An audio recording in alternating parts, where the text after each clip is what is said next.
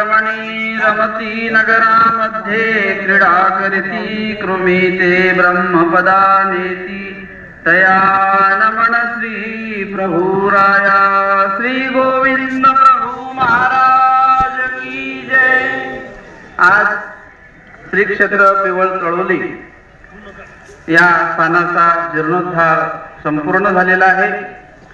या मंदिराचं उद्घाटन सोहळ्यानिमित्त आणि त्याचबरोबर दुसरं अति पवित्र स्थान म्हणजे श्री क्षेत्र गुढा या दोन्ही स्थानाच्या या उद्घाटनाच्या निमित्ताने आयोजित धर्मसभा प्रस्तुत धर्मसभेचे कार्याध्यक्ष कवीश्वर कुलाचार्य परमपूजनीय प्रातस्मरणीय श्री खमनीकर बाबाजी कणासी आणि या संपूर्ण कार्याचे स्वागताध्यक्ष कवीश्वर कुलाचार्य परमपूजनीय प्रातस्मरणीय श्री कानंजेकर बाबाजी या सभास्थानी उपस्थित सर्व उपाध्याय आमनाय कवीश्वर आमनाय त्याचप्रमाणे आमनाय आचार्य आणखी आचार्य मंडळ या सभास्थानी उपस्थित आहेत।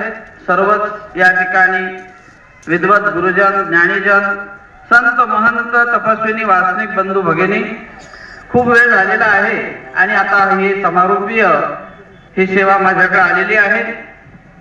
आज या ठिकाणी खूप मानसिक अत्यंत आनंद होत आहे की ज्या परमेश्वराने स्वामी श्री चक्रधर महाराजांनी ज्यांना गुरुत्व स्वीकारलेलं आहे, ज्या रुद्धपुरामध्ये ज्ञानशक्तीचा स्वीकार झालेला आहे आणि ते रुद्धपूर आमच्यासाठी रावळू बाप असलेले श्री प्रभू बाबा खरोखरच आईचं आणि बापाचं कर्तृत्व काय असते ते श्री प्रभूच्या चरित्रातून आपल्याला प्रत्येकाला लक्षात येते। या पिवळ तळोली क्षेत्राच्या ठिकाणी आमच्या परंपरेमध्ये स्थान परंपरा ही आमची साधन परंपरा आहे आणि म्हणून स्थान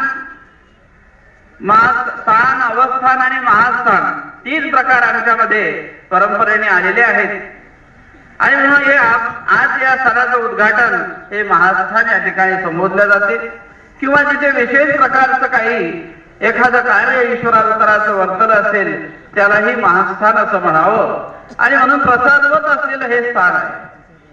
3 दिवसापर्यंत वास्तव्य त्याला स्थान असं म्हणतात, 3 दिवसापासून 12 दिवसापर्यंत त्याला अवस्थान आणि 12 दिवसाच्या पुढे वास्तव्य असेल त्याला महास्थान असं काही आमचा पारंपरिक बोल आहे।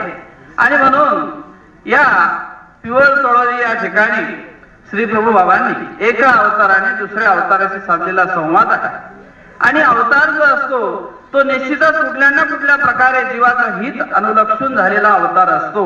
मग ते 12वेशी अवतार असो कोणतेही अवतार असो ते जीवाच्या परावर उद्धरणासाठी झालेले असतात आणि अशा श्री प्रभू बाबांचा तो अवतार आहे की जो आरिकपणाचं वर्तन आहे, जे काही आरिकपण त्या वेशाच्या माध्यमातून स्वीकारलेलं आहे पण कार्य मात्र आरिकपणाचं नाही, जे अंतरकार्य आहे ते फार विशेष आहे। आणि म्हणून माईम भट्टांसारख्यांची सेवा आता माझा सारू वारू होय म्हणे कापूर वेरीवरती बसल्यानंतर पाठीवर थाप मारून सुंदर असं असलेलं आचरणाचं अंग ते बघून ज्यावेळेला संतोषित होतात श्री बाबा आणि माईम भट्टाच्या पाठीवरती थाप हाणतात आणि चारू वारू म्हणून सुंदर शब्दामध्ये सुंदर असलेला माझा हा घोडा आहे, सुंदर असलेला आचार आहे विचार आहे आणि निगुतीपूर्वक त्याचं असलेलं वर्तन त्या प्रशंसनीय कार्याला त्या एका व्यक्तिमत्वाला प्रशंसित करतात। आबाईसाचा सेवेचा स्वीकार आहे, ज्यावेळेला उमाईसा आणि महादाईसा म्हणतात आबाईसाला की दररोजची प्रतिनिधीची सेवा तुम्हीच स्वीकारलेली आहे, एखाद्या दिवशी आम्हालाही करू द्या। आणि ज्या वेळेला सामोरे जातात सेवेसाठी श्री बाबा म्हणतात खोडी काही मेली। अर्थातच आबाईसाच्या सेवेचा स्वीकार या ठिकाणी लक्षात येतो। ज्यावेळेला आंघोळीला पाणी टाकावं एखाद्या दुसऱ्या भक्तानी मध्ये जावं आणि ते पाणी समजा श्री गोविंद प्रभूंना द्यावं त्यावेळेला श्री प्रभू बाबा म्हणतात त्रिपुरारी भक्त कुठे गेलेत आणि त्यांची आठवण व्हावी। अशा प्रकारे आरिकपणा हा बाह्यांग आणि लेपिक पद्धतीत स्वीकारलेला आहे श्री प्रभूंनी, म्हणजे अंतर्मुख कार्य आहे ते फार विशेष आहे। आणि म्हणून आमची परंपरा सांगते की एक अवताराचं जर कार्य असेल ते दुसरा अवतार त्या ठिकाणी स्वीकारत असतो असं आमचं शास्त्र आम्हाला सांगते की ज्यावेळेला आमच्या स्वामींच्या सानिध्यामध्ये सौभागा नावाची बाई आहे आणि सौभागा नावाची बाई ही स्वामी श्री शिखरांच्या सन्निधानात अनुसरलेली आहे आणि अनुसरली पण तिचं वर्णन ज्यावेळेला आमच्या चरित्रकारांनी केलेलं आहे की दात वेखंडलेले आहेत, समोर आलेले दात आहेत, मोठं असं डोकं आहे, चेहरा असा थोडाफार सुंदर नाही, अकराळ विक्राळ दिसणारा विशेष असा विभत्स असा चेहरा आहे आणि स्वामीच्या असलेल्या भक्ताचा अति लाड करतात, कौतुक करतात.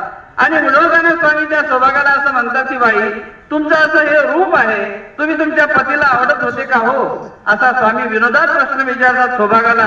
त्यावेळेला म्हणतात सौभागाबाई, काय सांगावं वर्णन पतीचं, अहो ते स्वतः ताक प्यायचे आणि मला दूध प्यायला द्यायचे, एवढी मी त्यांना आवडत होती. अर्थातच अशी असलेली सौभागा, स्वामींनी सुद्धा सौभागाला केळे खाऊ घातले.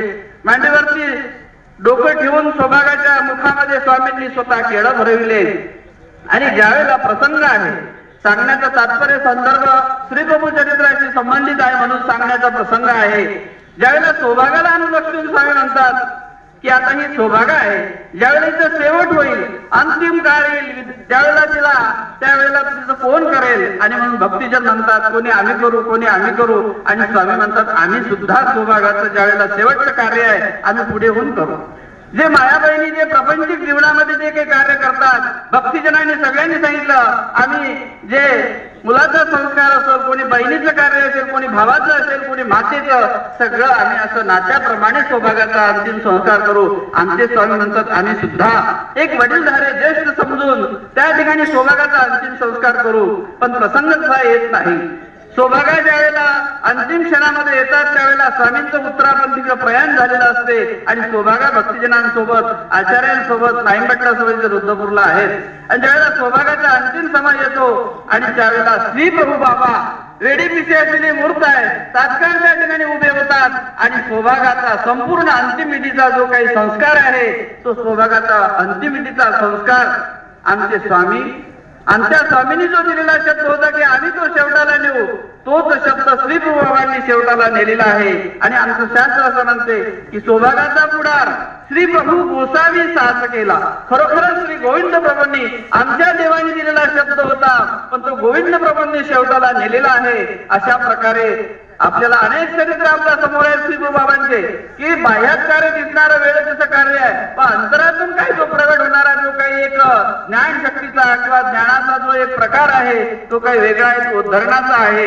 आणि म्हणून एकायसाची खंती मेली ताईची तूच म्हणणारे श्री प्रभू बाबा, ज्या भट्टवासांना तिने रोटी दिलेली नाही, जी खंती आमच्या स्वामींनी स्वीकारली ती खंती इकडं एकायसाची श्री प्रभूंनी स्वीकारलेली आहे.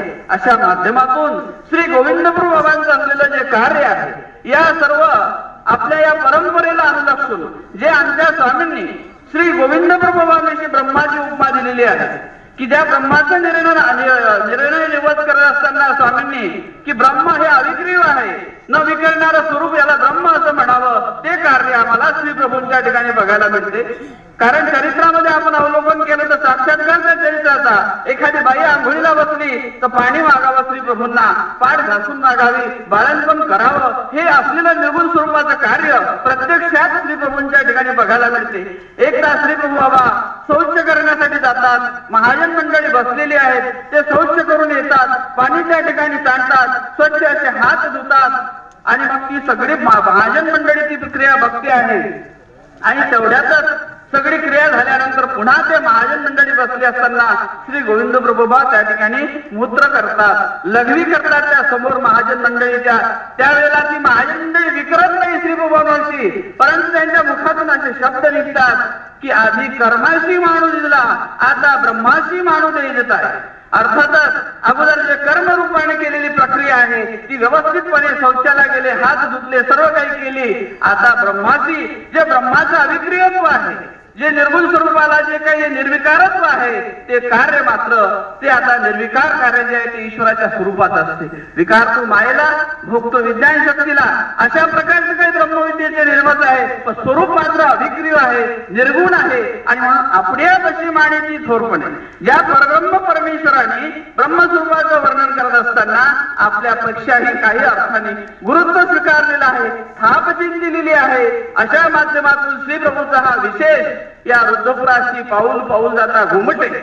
एक तीर्थासारख्याने उपासनेला सांगितलं की हे रुद्रपूर आहे, याचा विकार विखो भोगू नये, तिथे मौल्य राहा, अधिकृत्य वर्तन करू नका, अशा काही संकेत रूपी आम्हाला काही त्या ठिकाणी परंपरेने दिलेले संकेत आहेत. आणि निश्चितच आपल्या जीवाचं पापाचं क्षालन करणारं हे रुद्रपूर आहे. आणि म्हणून पाऊल पाऊला घुमटे आमच्या श्रीमुखीच्या स्वामींनी श्रीमुखाने सांगितलेल्या अशा रुद्रपुराचं पावित्र्य वर्णन काय करावं. आमच्या कवी लोकांनी सांगितलेलं आहे की दीड योजने पवित्र भूमिका असं पवित्र रुद्धपूर आहे. या रुद्धपुराचं हे असलेलं पिवळतोळली दोही देवाच्या संबंधित स्थान, समोर क्षेत्रखाज आहे, जवळ गुढा आहे, गुढ्याला प्रतिनिधीचा संबंध आहे, टाचेवर भोवरी देणे, करंगोळी लावणे आणि मग जेव्हा स्वामींचा एकांतवास संपतो, स्वामी राज्य धर्म स्वीकारतात, मग पालखीमध्ये बसून येतात, पालखीतून स्वामी श्रीचरण वाका खाली सोडतात आणि त्याला अंगुष्ठा लावतात. असा प्रतिनिधी असलेला संबंध तो गुढ्याला, त्या गुढ्याचाही जीर्णोद्धार सद्भक्त श्री मुकुंद परिवार यांनी केलेला आहे. आणि या स्थानाचा जीर्णोद्धार सर्वज्ञ महानुभव धर्मसेवा प्रतिष्ठानच्या माध्यमातून झालेला आहे. खरोखरच हे ईश्वर सेवेला पात्र असलेले हे सर्व मंडळी आहे. आणि या स्थानासंदर्भात ज्यांचं आर्थिक सहकार्य लाभलं असे कोहली परिवार आणि यांना मार्गदर्शन म्हणून आमचे कवीश्वर कुलाचार्य श्री कारंजेकर बाबा, वांदेशकर बाबा, आमचे प्रमोद दादा दावेरी म्हणजे महंत चक्रपाणी बाबा, खरोखर या लोकांनी हे अति परिश्रम घेऊन हे स्थानाचं जीर्णोद्धाराचं कार्य या ठिकाणी संपन्न केलेलं आहे. आणि या ठिकाणी या आचार्य संत महंत सगळ्यांना पाचारण करून, साधू संतांना वासनिकांना पाचारण करून असं एक मंगळ स्वरूपाचं निदान तुम्हा आम्हा सर्वांसाठी या वासनिक मंडळाने प्राप्त करून दिलाय. खरोखर ते धन्यवादाला पात्र आहेत. खरोखर या कार्याच्या निमित्तानं स्वामी श्री चक्रधर महाराज, श्री बाबा आशिष त्यांच्या हातून धर्मसेवा सातत्याने करून घ्यावं ही प्रभूचरणी प्रार्थना करतो. माझी अध्यक्षीय विचार या ठिकाणी संपवतो. सर्वज्ञ श्री चक्रधर. या ठिकाणी आदरणीय श्री बाबाजींनी अध्यक्षीय संबोधन करून